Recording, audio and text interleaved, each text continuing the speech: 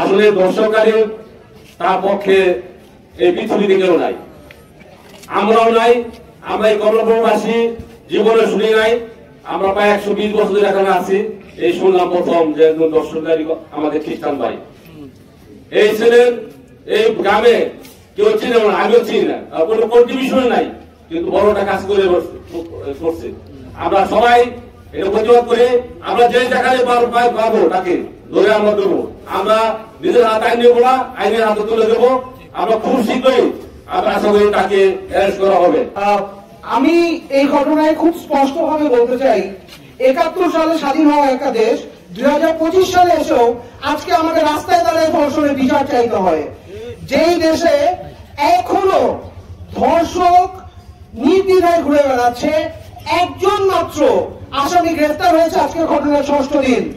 BUP শিক্ষার্থীরা যে মুহূর্তে আন্দোলন শুরু করলো তার ঠিক 12 থেকে 14 ঘন্টার মধ্যে পুলিশ হঠাৎ করে পালক হয়ে গেলেন। তারা একজন আসামিকে গ্রেফতার করলেন, কিন্তু তার আগে 4 দিন তারা কিছুই করতে পারে নাই। আমি এই ঘটনার তীব্র নিন্দা জানাচ্ছি। আমি খুব স্পষ্ট ভাষায় বলতে চাই, আপনি যখন ওসি সাহেবকে ফোন দিলাম, আমি তাকে জিজ্ঞাসা করেছি যে এই ঘটনায় কেন এখন আসামি গ্রেফতার করা হয় নাই। তিনি আমাকে উত্তর দিলেন, মোবাইল বন্ধ করে বসে আছে আসামি, এই জন্য ধরতে পারছি না।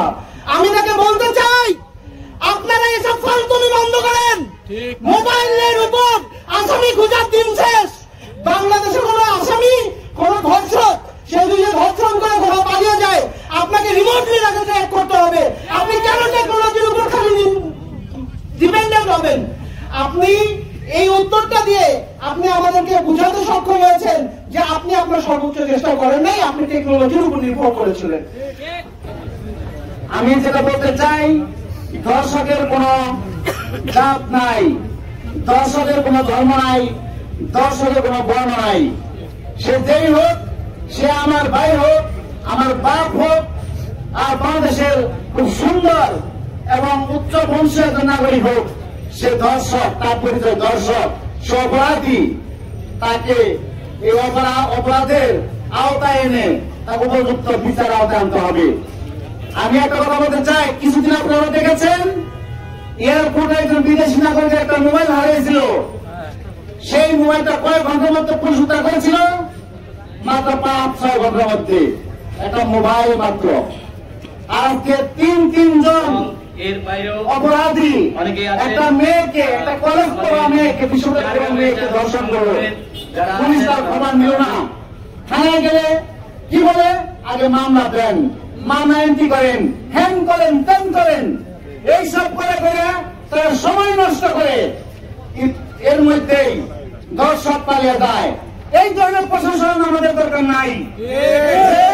আপনারা যদি জনগণের সেবক হয়ে থাকেন, তাৎক্ষণিক সেবা দিবেন এবং অতি অল্প সময়ের মধ্যে এই দর্শকদেরকে গ্রেফতার করবেন।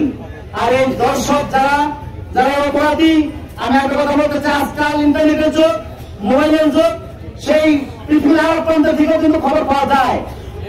তারা এতদিন না খেয়ে নাই, গল্পের ভিতরে দাঁড়ায় নাই। অবশ্যই কিছু না কিছু তারা খেয়ে বেঁচে আছে, অবশ্যই কারো না কারোর বাসায় আশ্রয় নিয়ে আছে, অবশ্যই কারো না কারোর কাছে সাথে কথা বলে। আপনারা আমরা যারা আছি, যে দর্শিত হয়েছে সে কিন্তু আমার বোন, আপনার বোন, সকলের আপনাদের মেয়ে।